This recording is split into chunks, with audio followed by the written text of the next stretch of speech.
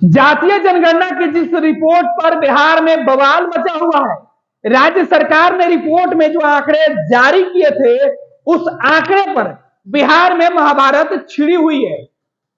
महागठबंधन के दल कह रहे हैं कि सरकार की बड़ी उपलब्धि है।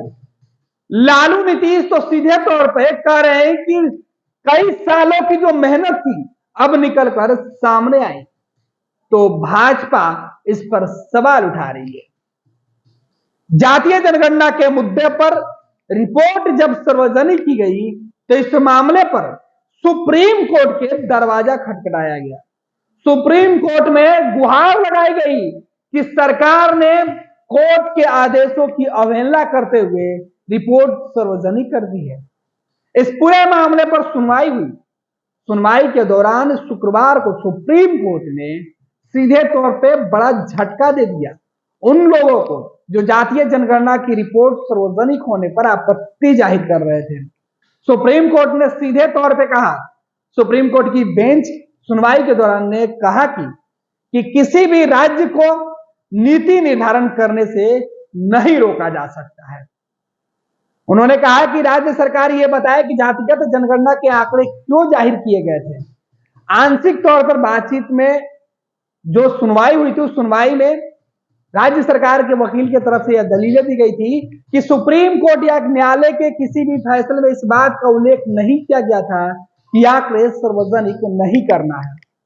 सुप्रीम कोर्ट ने अपनी सुनवाई के दौरान अपीलकर्ता की शिकायत पर सीधे तौर पे यह कहते हुए मामला अगले तारीख पर ट्रांसफर कर दिया कि जब राज्य सरकार को यह अधिकार है नीति निर्धारण करने का, तो फिर न्यायालय कैसे हस्तक्षेप कर सकती है।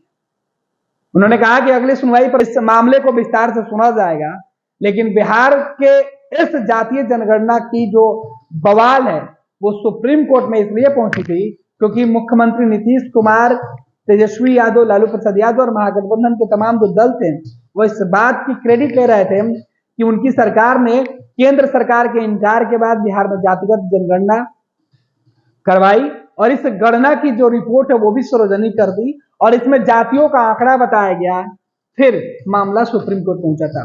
सुप्रीम कोर्ट में शिकायत करने वाले लोगों का कहना था कि ये व्यक्ति की निजता है, किसी भी व्यक्ति और किसी समाज, किसी व्यक्ति की पहचान को उजागर कैसे कोई कर सकता है, इस पर फौरन रोक लगाई जाए।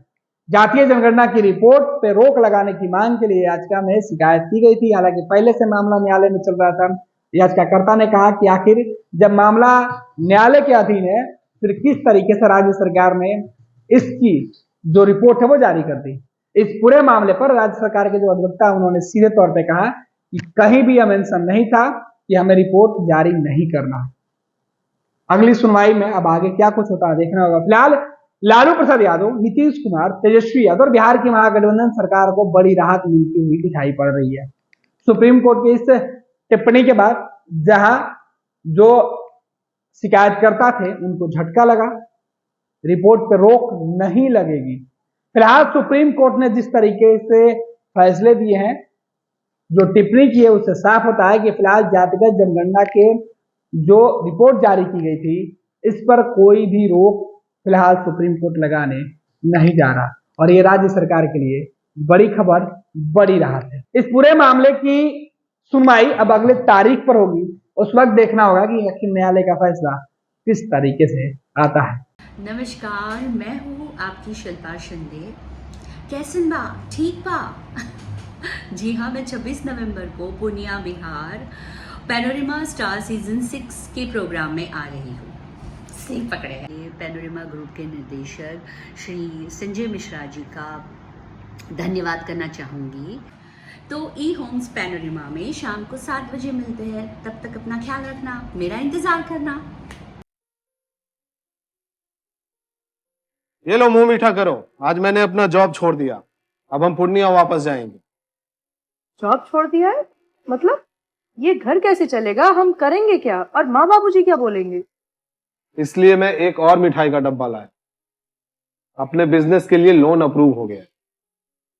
अरे लोन अप्रूव हो गया वो तो ठीक है, लेकिन पूर्णिया में हम रहेंगे कहाँ? अपना घर भी तो नहीं है वहाँ।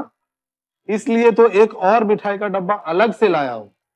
हमने पूर्णिया में घर ले लिया है, पूर्णिया के ई होम्स पैनोरमा में। पूर्णिया में पैनोरमा ग्रुप लेकर आए हैं ई होम्स पैनोरमा। बड़ा घर, आलीशान जिंदगी और अत्याधुनिक सुविधाओं के संग। अरे अरे, अब क्यों मुंह मीठा करवा रही हो? क्योंकि हम घर वापसी जो कर रहे हैं। घर वापसी की खुशी पूर्णिया में ई होम्स पैनोरमा के संग। ई Homes Panorama, luxurious lifestyle redefined.